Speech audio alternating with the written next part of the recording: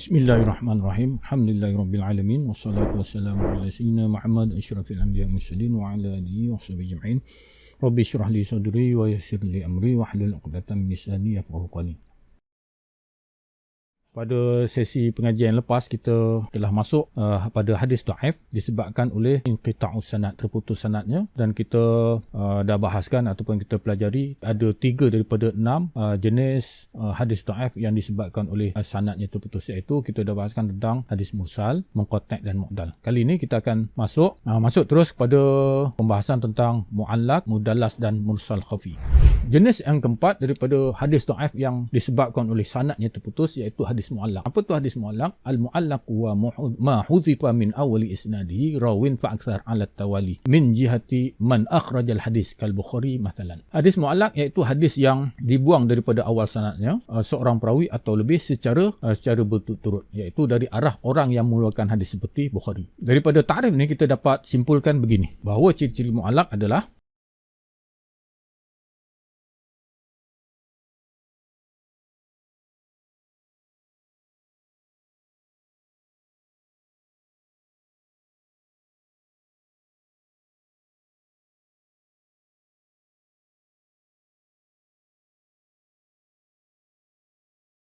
tengok ciri-ciri mu'allaq ialah yang pertama gugur perawi. Berapa banyak perawi yang mengalami keguguran pada hadis mu'allaq, iaitu seorang ataupun lebih, satu saja boleh ataupun lebih. Kemudian antara ciri-ciri khusus mu'allaq ialah dia mesti berturut-turut. Sebab di sana ada juga berlaku lebih daripada seorang gugur seorang perawi, ada juga yang tidak berturut. Kemudian ciri yang ketiga ialah gugur tu mesti bermula dari awal sanad. Bermula dari awal sanad, bukan pada pertengahan, bermula pertengahan sanad ataupun pada sanad, dia mesti bermula dari awal sanad. Gambarannya hadis mu'allaq ni mudah, iaitu apabila seluruh perawi dalam sanad hadis dibuang. Kemudian perawi kata macam ni, qala Rasulullah sallallahu alaihi wasallam. Tu kira hadis mu'allaq. Ataupun dia buang seluruh sanad kecuali sahabat saja. Kata an Abu Hurairah radhiyallahu anhu qala Rasulullah sallallahu alaihi wasallam, itu juga termasuk hadis mu'allaq. Ataupun tabi'in dan sahabat saja yang tinggal, yang lain semua dibuang, itu juga masuk mu'allaq. Yang penting apa dia? Yang penting dia mesti gugur lebih seorang perawi pun boleh, ataupun lebih daripada seorang, kemudian mesti berturut. Gugur tu mesti dari awal sanad. Kita tengok gambaran yang ada depan kita ni adalah carta ataupun peta minda gambaran bagaimana hadis mu'allaq tu boleh berlaku. Contoh 1, contoh 2 dan contoh yang ketiga. Contoh yang pertama kita tengok seluruh sanad hadis ni dibuang, seluruh perawi ni tinggal Rasulullah ni. Jadi orang tu kata qala Rasulullah sallallahu alaihi wasallam, habis dibuang. Contoh macam ni. Ataupun dibuang di sini kita pada contoh kedua, rawi satu rawi yang pertama, tapi rawi pertama seorang aja pada awal sanad. Ni awal sanad seorang saja macam ni, pun masuk hadis mu'allaq. Ataupun contoh yang ketiga, tengok ada 2 perawi pada awal sanad, ni awal sanad, dan bermula dari awal sanad, 2 perawi saja, dan syarat dia mestilah hendaklah berturut-turut, maka dia hadis mu'allaq lah. Kita tengok balik contoh 1, tengok dia gugurkan tu bermula daripada awal sanad. Yang ni lebih daripada seorang perawi. Tengok sampai berapa perawi, sampai sahabat pun dibuang, digugurkan. Kemudian gugur tu berlaku secara berturut-turut. Kalau selang-seli, itu bukan hadis mu'allaq. Kita tengok hadis, contoh hadis mu'allaq, iaitu hadis riwayat Imam Bukhari dalam Sahih Bukhari. Hadisnya adalah ghattan Nabi sallallahu alaihi wasallam rukbatayhi hina dakhala Uthman. Itu Rasulullah sallallahu alaihi wasallam menutup kedua pahanya ketika Sayyidina Uthman masuk. Dalam hadis ni bermula ni awal sanad. Imam Bukhari membuang seluruh rawi-rawi yang ada, yang ditinggal cuma sahabat saja. Jadi hadis ni menepati ciri-ciri hadis mu'allaq lah. Pertama sekali, gugur seorang perawi ataupun lebih, di sini lebih daripada seorang. Kemudian gugur tu mengalami keguguran tu secara berturut-turut, dan yang seterusnya dia gugur bermula daripada awal sanad. Maka hadis ni ada hadis mu'allaq. Apa hukum hadis mu'allaq? Hadis mu'allaq ni pada asalnya hadis dhaif lah. Hadis dhaif yang tertolak. Sebab apa dia tertolak? Sebab apa dia termasuk hadis dhaif yang tertolak? Kerana dia tidak menepati salah satu daripada kurang salah satu daripada syarat 5 syarat hadis sahih ataupun hadis maqbul. Hadis sahih ataupun hadis hasan. Itu syarat dia. Syarat yang pertama mesti ittisal sanad. Syarat berhubung sanad tu tak ada. Apabila syarat berhubung sanad tu tak ada, maka hadis tu bukan hadis sahih dan bukan hadis hasanah, bukan hadis maqbul lah. Dia hadis mardud, hadis yang tertolak, iaitu hadis dhaif. Mu'allaq ni hadis yang terputus sanadnya. Cuma ada pengecualian, ada satu pembahasan khas berkaitan. Contoh dia macam hadis yang kita bagi contoh ni adalah hadis dalam Sahih Bukhari. Dalam kitab-kitab yang lebih tinggi lagi, iaitu hadis mu'allaq yang terdapat dalam dua kitab sahih, iaitu Bukhari ataupun Muslim, dia mempunyai hukum khas, mempunyai khusus mengenai ini yang dibincangkan dalam pengajian mustalah hadis tahap lanjutan. Kita tak bincang di sini. Wallahu a'lam. Jenis yang kelima daripada hadis dhaif yang disebabkan oleh sanadnya terputus, iaitu hadis mudallas. Apa tu hadis mudallas? Wa ayyarwi rawi amman laqiyahu wa sami'a minhu ma lam yasma'hu minhu bil lafzin yahtamilu as-sama' faqal wa an wa anna fayuhimu annahu qad sami'a minhu hadzal haditha bi'ainihi. Maksud dia apa? Mudallas ialah seorang perawi meriwayatkan sebuah hadis yang tidak pernah dia dengar dari seorang yang pernah ditemuinya dan dia pernah mendengar hadis daripadanya, dengan lafaz yang mengandungi kemungkinan dia ada mendengar, seperti kata qala dan an dan anna. Dengan lafaz ini membuatkan seolah-olah dia benar-benar telah mendengar hadis ini daripada orang berkenaan. Berdasarkan takrif ni, ciri-ciri mudallas ialah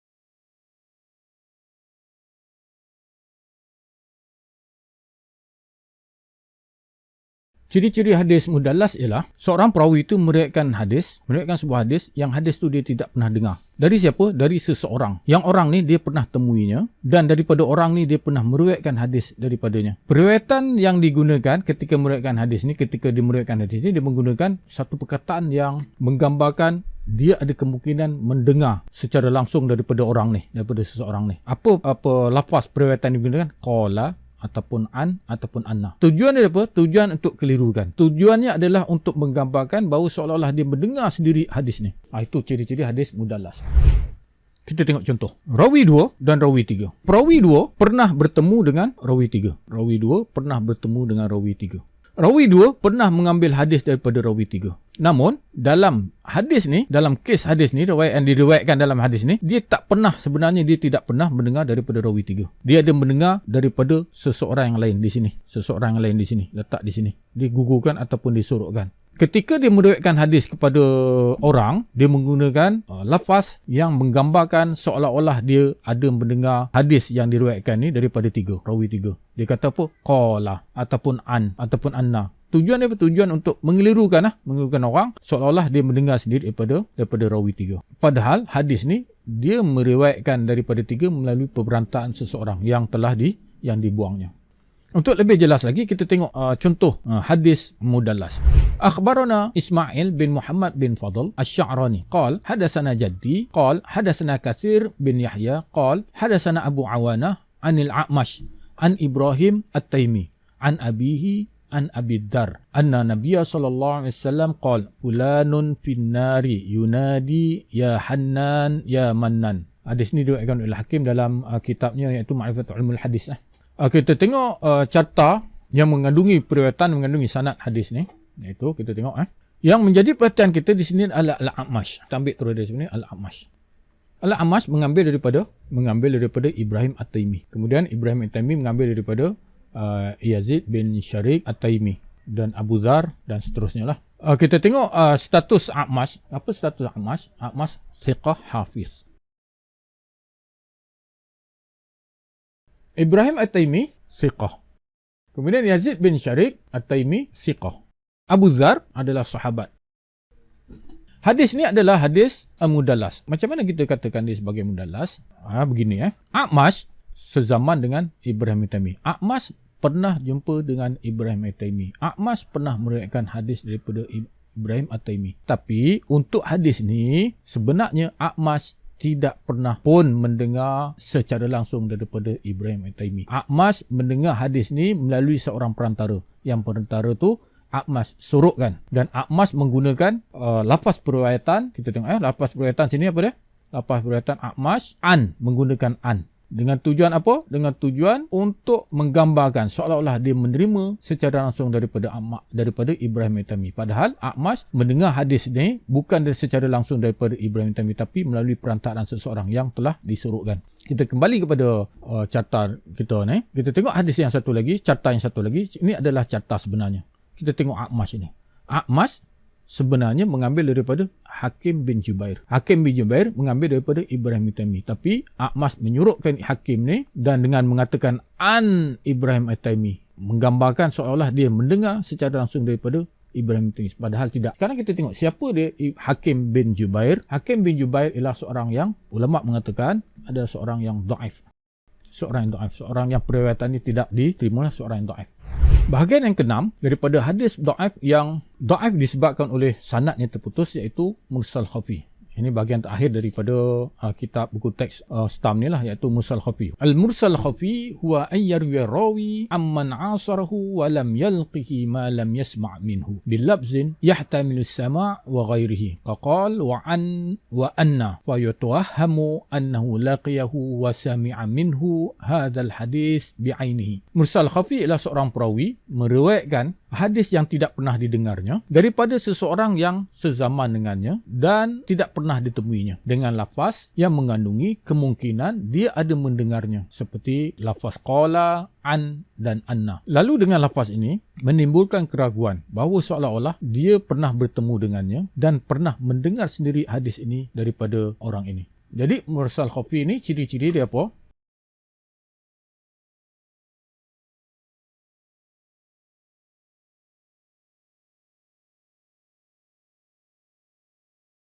Mursal khafi ialah ciri-ciri dia seseorang perawi meriwayatkan sebuah hadis yang dia tidak pernah dengar lah, daripada seseorang yang sezaman dengannya, dan orang ni walaupun sezaman dia tidak pernah bertemu. Bila tak pernah bertemu, apatah lagi meriwayatkan hadis daripadanya. Kemudian ketika meriwayatkan hadis ni daripada seseorang ni, dia menggunakan lafaz qala, an ataupun anna.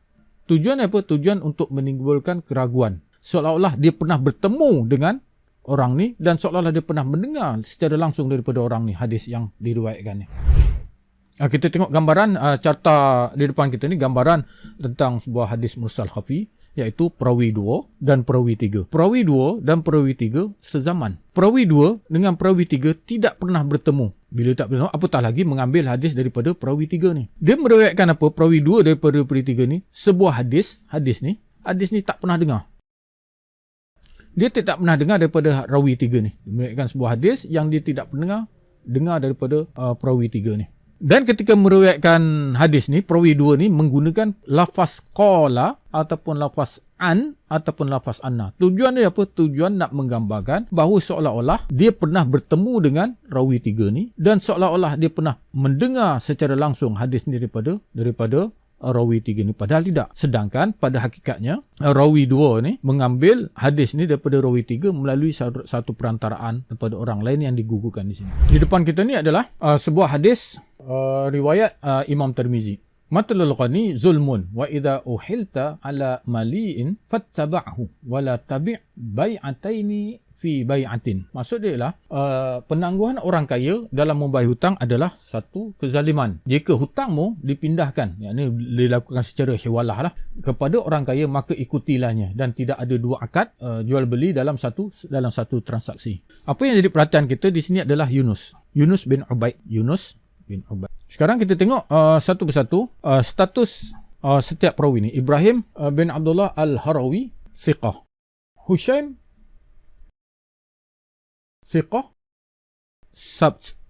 Hushaim thiqah sabt. Dan ulama menambah dia merupakan kathirut tadlis wal irsal khafi, dan dia banyak melakukan tadlis dan mursal khafi. Kemudian Yunus bin Ubaid thiqah sabt. Nafi' thiqah sabt. Thiqah sabt ni teguh. Kemudian Ibnu Umar sahabi. Yang menjadi perhatian kita di sini adalah Yunus dan Nafi'. Yunus dan Nafi' sezaman. Namun telah dipastikan bahawa Yunus ni dia tidak pernah bertemu dengan Nafi'. Apatah lagi mengambil hadis daripada Nafi'. Namun dalam hadis ni, Yunus mengatakan dia meriwayatkan hadis ni daripada Nafi'. Lafaz periwayatan dia menggunakan lafaz an. Kenapa menggunakan lafaz an? Untuk menggambarkan seolah-olah dia mendengar sendiri daripada Nafi'. Sedangkan Yunus bin Ubaid telah dipastikan memang tidak mendengar secara langsung daripada Nafi'. Jadi ada di sini seorang perawi yang digugurkan oleh Yunus. Seorang rawi Yunus. Hadis mendapati ciri-ciri mursal khafi. Setelah kita belajar tentang hadis mudalas dan mursal khafi, kita dapati seolah-olah macam terdapat beberapa persamaan antara mudalas dan mursal khafi, seolah macam hadis yang sama, padahal dia ada perbezaan. Pertama, perbezaan di sini kita tengok perbezaan antara mudalas dan mursal khafi. Mursal khafi ataupun kita tengok mudalas, dia meriwayatkan daripada seseorang. Mursal khafi juga meriwayatkan daripada seseorang. Dan hadis yang diriwayatkan tu tidak pernah didengar daripada seseorang tu. Mursal khafi pun sama. Cuma beza dia, seseorang yang dia ambil riwayatnya tu pada mudalas, dia pernah jumpa dan dia pernah meriwayatkan hadis yang lain daripada orang tu. Sedangkan pada mursal khafi memang hidup sezaman, tapi perawi ni dia tidak pernah bertemu dengan orang ni. Itu perbezaannya. Yang lain semua sama. Perbezaan dia apa dia? Perbezaan dia pernah jumpa dengan orang ni pada mudalas, dan pada mursal khafi dia tidak pernah jumpa dengan orang yang dia ambil riwayat tu. Itulah perbezaan yang paling ketara lah. Yang lain semua sama. Kita tengok carta di atas ni, tengok ciri-ciri dia, mudalas pun sama, mursal khafi pun sama. Kemudian perawi sezaman dengan seseorang tu. Ya, dua-dua sama. Kemudian perawi pernah bertemu. Hanya mudalas saja. Perawi pernah bertemu dengan seseorang tu, sedangkan mursal khafi dia tak pernah bertemu walaupun sezaman. Kemudian dia pernah mendengar tak hadis lain daripada seseorang tu. Kalau dalam mudalas ia pernah mendengar, kalau dalam mursal khafi tak pernah lah, sebab tak pernah bertemu. Benar-benarkah ada mendengar daripada hadis ini daripada seseorang tu? Mudalas memang dia tak pernah dengar, mursal khafi pun tak pernah dengar lah. Hadis yang diriwayatkan tu memang dia tak pernah dengar pun melalui perantaraan seorang. Menggunakan lafaz yang mengandungi kemungkinan bahawa dia pernah mendengar hadis ini daripada seorang, menggunakan qala ataupun an ataupun ana. Dua-dua ialah, mudalas pun ia, mursal khafi pun ia. Kemudian bertujuan untuk mengelirukan bahawa dia benar-benar ada mendengarnya. Kedua-duanya ialah. Jadi dekat sini kita lihatlah antara ciri persamaan dan perbezaan. Ciri persamaannya banyak, cuma berbeza dari segi mudalas dia pernah berjumpa dengan orang tu, sedangkan mursal khafi dia tak pernah berjumpa orang tu. Wallahu a'lam.